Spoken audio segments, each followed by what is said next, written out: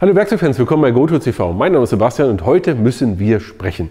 Wir müssen wirklich echt nochmal drüber sprechen, nämlich über das Thema X-Lok. Und zwar X-Lok als System, und X-Lok ist etwas, was eben nicht nur bei Bosch ist. Ich bekomme so viele Fragen immer wieder, naja, passt die X-Lok-Scheibe auch da, geht das auch hier, geht das auch rechts, geht das auch links. Ich möchte euch heute zeigen, dass ihr zum Beispiel auf diesem Winkelschleifer von Makita auch ohne Probleme X-Lok draufsetzen könnt. Oder auch auf diesen Metabo oder zum Beispiel auf so eine alte Maschine könnt ihr auch X-Lok benutzen. Über all diese Sachen, diese Mythen, über diese ganzen Legenden, die das sind, müssen wir heute reden. Das werden wir auch tun. Und ich werde euch zeigen, dass X-Lok im Gegensatz zu dem hier der neue Standard ist. Fangen wir doch mal an. Was ist X-Lok eigentlich überhaupt? Und deswegen müssen wir erst einmal über die alten Scheiben sprechen. Genau so kennt ihr das. Wir haben eine Trennscheibe, ganz klassisch, hier mit einem runden Loch drin, und da spannst du deine Scheibe hier ein. Also du gehst jetzt in einen normalen Winkelschleifer, wir nehmen einfach mal irgendeinen, du nimmst jetzt das hier, machst das lose, dann nimmst du das, packst das so rauf. Habe ich das jetzt richtig rum drin oder nicht, fragst du dich vielleicht bei der einen oder anderen Scheibe. Dann machst du das hier so drauf. So, dann drückst du hier auf den Knopf, so, und dann sagst du, so mache ich das fest, und das war's. So, das ist der Klassiker, wie man das früher eigentlich immer gemacht hat. Das war halt so, ja. Bei X-Lok ist es eben nicht so. Bei X-Lok hast du ja eine ganz andere Öffnung. Das ist so eine Art Verzahnung. Und diese Verzahnung hat diverse Vorteile. Hauptvorteil ist einfach, du nimmst das und jetzt treffe ich es mal ausnahmsweise mal nicht. Ah, du hast gerade auch was Wichtiges gesehen, richtungsgebunden. So, nochmal, wenn du es gleich richtig machst. So, und das war's. Kein Festhalten, kein lose Schrauben, kein hier, kein Schlüssel mehr. Bei mir ist mein Hauptthema Schlüssel immer weg. Und hier brauchst du einfach keinen mehr, sondern du kannst es einfach einsetzen. Vorteil ist auch von dieser Verzahnung, es ist richtungsgebunden. Du hast ja einige Scheiben, die solltest du nur in eine bestimmte Richtung benutzen, oder kannst du eigentlich auch nur. Und hier ist es so, du kannst sie nicht mehr falsch einsetzen, sondern es ist gleich immer richtig eingesetzt. Das ist einer der Hauptvorteile, die du einfach hier hast. Ja? Du hast halt einfach mal genau die Möglichkeit, jederzeit richtig schnell auch zu wechseln. Ja, und natürlich gibt es hier den normalen Verschluss, den du gerade gesehen hast. Es gibt auch Schnellverschlüsse wie den hier, aber auch bei Schnellverschlüssen kriegst du es niemals in der Geschwindigkeit hin, weil auch hier musst du drücken, das nehmen, hier abdrehen. Hast du vielleicht zu viel, zu wenig Kraft, geht gerade nicht. Es ist alles blöd. Deswegen finde ich X-Lok richtig, richtig gut. Aktuell ist es so, weil viele sagen, naja, gibt es gar keine Geräte auf dem Markt. Moment, es gibt über 40 Geräte inzwischen auf dem Markt mit genau diesem X-Lok-Adapter.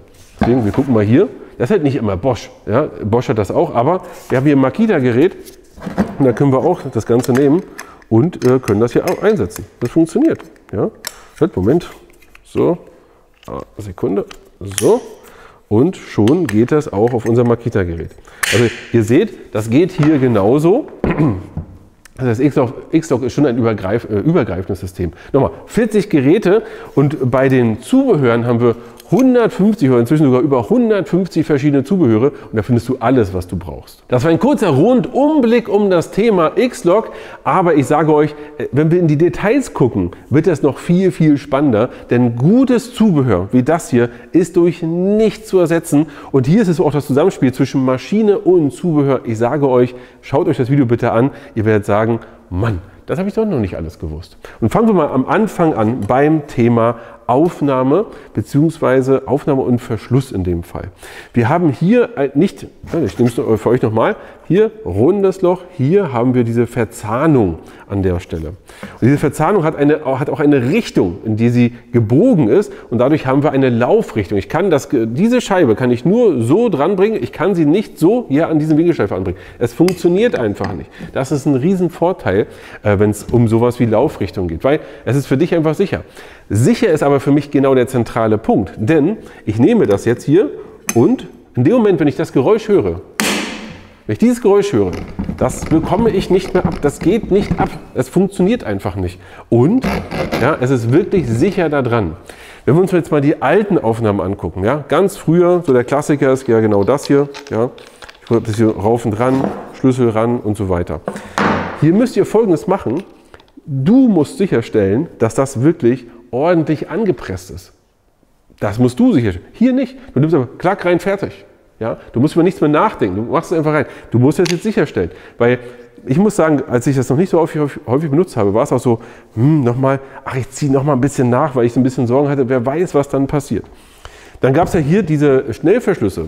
Bei Schnellverschlüssen brauchst du diesen Schlüssel zwar nicht mehr, in der Regel, ich hatte es aber auch schon, dass ich sie so fest hatte, dass ich es eigentlich nicht mehr abgekriegt habe, aber im Schnellverschluss, dann muss es hier hochklappen, immer noch, und auch du bestimmst immer noch, wie fest das Ganze ist. Aber wenn wir das aber alles mal außen vor lassen, ist es aber immer noch eine andere Sache, selbst wenn du sagst, oh, das finde ich ganz gut, ist es so, wir haben hier einen ganz anderen Verschluss, nämlich wir haben hier einen Kraftschluss und hier haben wir einen Formschluss. Das muss man sich immer mal vergegenwärtigen. Bei einem Kraftschluss ist es so, dass ich hier die Scheibe habe und ich habe hier, ich sag mal, die Unterlage und hier habe ich die Scheibe, die ich oben drauf presse, die ich also drauf schraube. Und die wird einfach nur hier für euch sinnbildlich, nur hier, das ist ein bisschen Metall, was das von außen festhält, und nur weil du so viel Kraft ausübst, dreht das hier nicht durch. Ja, das heißt, du musst ganz viel Kraft ausüben, damit dass die Scheibe überhaupt da bleibt, wo sie ist, nämlich dass sie auch mit dem Motor mitdreht. Hier bei dem hier habe ich einen Formschluss. Dadurch, dass hier die Zähne in die Scheibe hineingreifen, habe ich eine Form und ich kann einfach, sie kann nicht anders, sie muss sich jetzt mitdrehen. Und ein Formschluss ist immer eigentlich die viel bessere Verbindung, die du haben kannst mit einer Maschine. Der Klassiker ist ein Akkuschrauber. Wenn du so einen Rundschaftbohrer, einen Akkuschrauber rein oder eine Bohrmaschine reintust, kann das durchdrehen. Irgendwann hat jemand gedacht, eine gute Idee, SDS rauszubringen. Da hast du dann einen Formschluss in dem Moment und schon hast du viel weniger Probleme. Das ist eigentlich recht einleuchtend, oder? Ein beliebtes Thema aus unseren Kommentaren ist, Mensch, X-Lok hin, X-Lok her, aber ich habe schon 3 Winkelschleifer, jetzt kaufe ich mir vielleicht einen X-Lok, dann brauche ich normale Scheiben, dann brauche ich X-Lok-Scheiben. Boah, was mache ich denn da jetzt?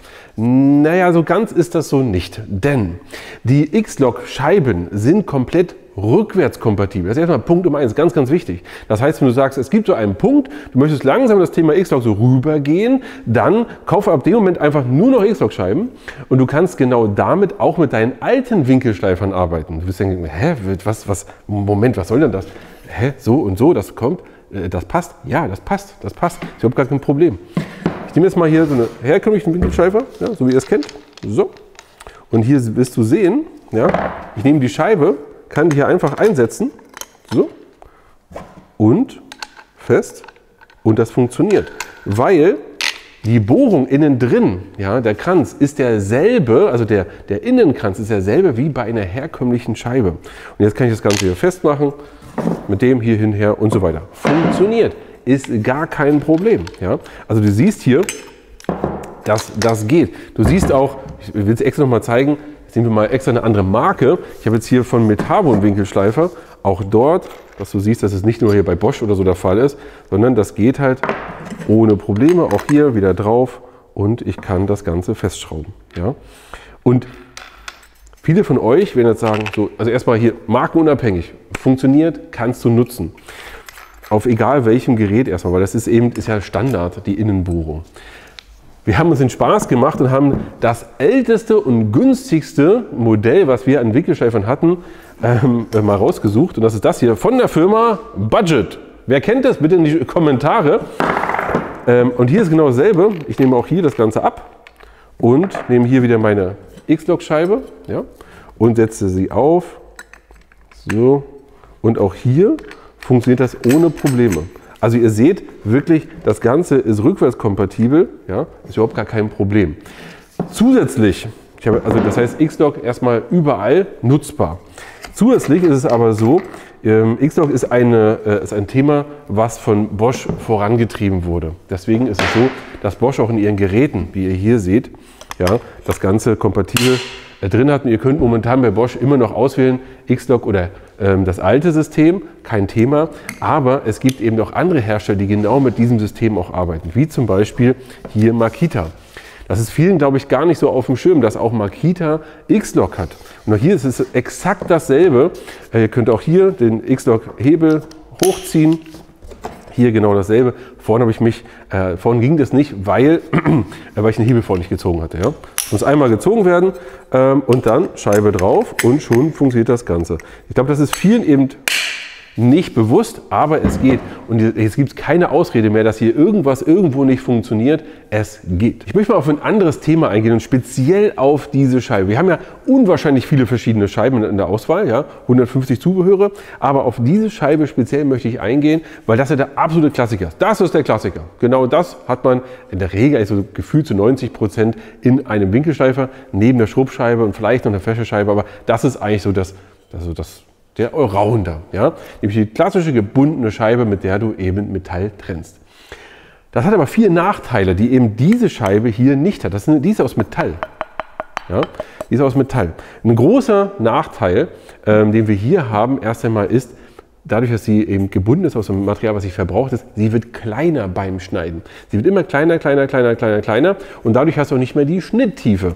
Hast du hier nicht. Ja, diese Scheibe wird nie kleiner, die bleibt genauso groß, wie sie ist. Zweiter Nachteil ist, diese Scheibe hat ein Ablaufdatum. Ganz viele wissen ja gar nicht, dass diese Scheiben ein Ablaufdatum haben, aber glaubt mir, irgendwann ist es so, dass diese Harzverbindung hier drin alt wird und dann kann sie noch leichter zerbrechen. Und wir haben hier gerade mal drauf geguckt, Produktion ist in dem Fall hier 21, Ablauf ist 24, also 7/24, also von heute, wo wir das Video drehen, nicht mehr knapp ein halbes Jahr und dann ist die auch schon hin. Dritte Sache ist, wenn du damit schneidest, hast du ein Thema, nämlich sie wird ja kleiner, das heißt, sie nutzt sich ab und dabei entstehen auch gewisse Dämpfe und Gerüche. Viele stört das weiß ich. Ich muss sagen, ich selber sage auch, ja, ist nicht schön, kann man aber ertragen. Das ist das Schlimmste. Ja? Aber eine andere Sache ist ein Problem. Nämlich nehmen wir mal diese Scheibe und versuchen mal etwas, die bricht nicht. Ja? Diese Scheiben brechen einfach nicht.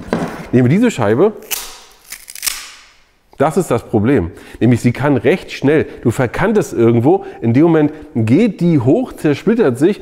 Der eine oder andere schreibt gerne mal in die Kommentare, ob was euch dabei passiert ist, wo das alles gelandet ist. Ich hoffe, euch geht's gut, denn da können richtig schlimme Unfälle passieren.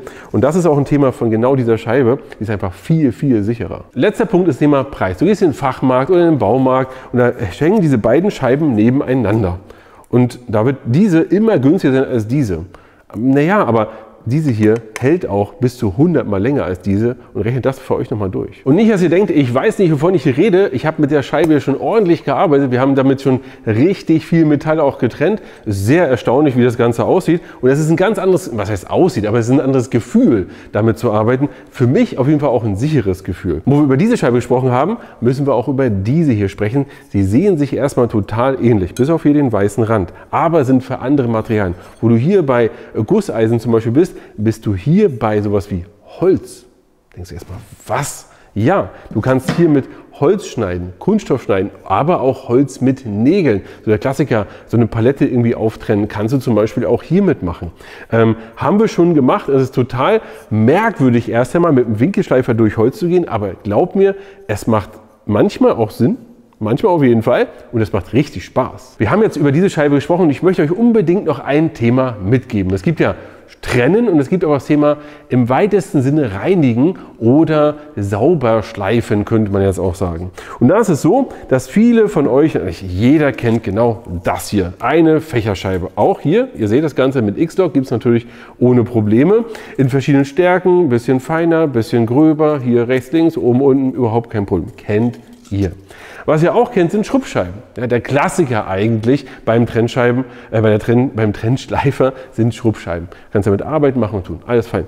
Was viele dann nicht mehr kennen, ist das hier. Auf der Seite seht ihr auch wie X-Log. Und hier haben wir eine Aufnahme also eine Klettaufnahme für Schleifpapier.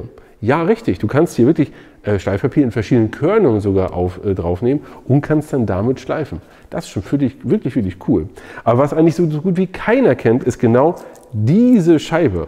Die sieht schon richtig wild aus. Das hier ist eine sogenannte Reinigungsscheibe. Damit kann man eben Oberflächen reinigen, wie zum Beispiel auch verrostetes Metall oder allgemein Metall. Du kannst damit aber auch Holz reinigen. Wenn da so Farbe drauf ist, kannst du die Farbe runterziehen. Du kannst aber auch Steine damit reinigen. Das werde ich dir auch gleich mal zeigen. Und das Material hier an sich, habe ich erst gedacht, na, das wird doch überhaupt nicht funktionieren, das ist auch ruckzuck stumpf. Nee, das schärft sich immer wieder selbst und du hast hier eine 3D-Struktur, es trägt auch relativ weit auf, hast eine 3D-Struktur, dass wenn du dann den Abtrag hast, ist es so, dass sich das hier nicht zusetzt, sondern es wird hier abtransportiert. Finde ich eine coole Lösung und ich zeige euch mal, wie gut das funktioniert.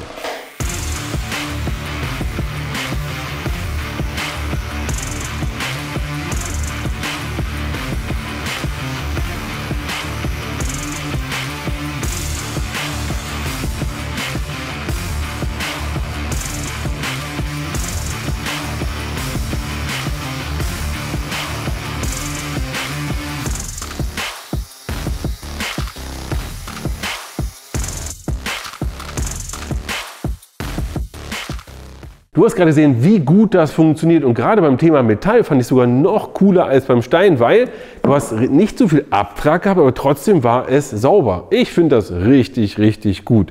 Was ich gut finde, ist, dass ich heute mal wieder was Neues gelernt habe, beziehungsweise mal wieder ein neues Zubehör entdeckt habe. Und ich sage euch, bei 150 haben wir alle zusammen auf jeden Fall noch nicht alle erkundet und ich würde euch auch bitte mal zwei Sachen bitten. Und zwar Nummer 1, wenn du hier ein Zubehör auf dem Tisch vermisst hast oder richtig gute Erfahrungen mit etwas anderem gemacht hast, schreibt es mal unten in die Kommentare, da lernen wir doch alle davon. Nummer 2, schaut euch doch mal um bei dem ganzen Zubehör. Da werdet ihr bestimmt irgendwas finden, was ihr noch nie in der Hand hattet und dann probiert es doch einfach mal aus. Ich glaube, da können wir alle von profitieren und dann schreibt es gerne auch nochmal in die Kommentare. Ich selber muss sagen, das Thema X-Log ist auf jeden Fall eine neue Hausnummer.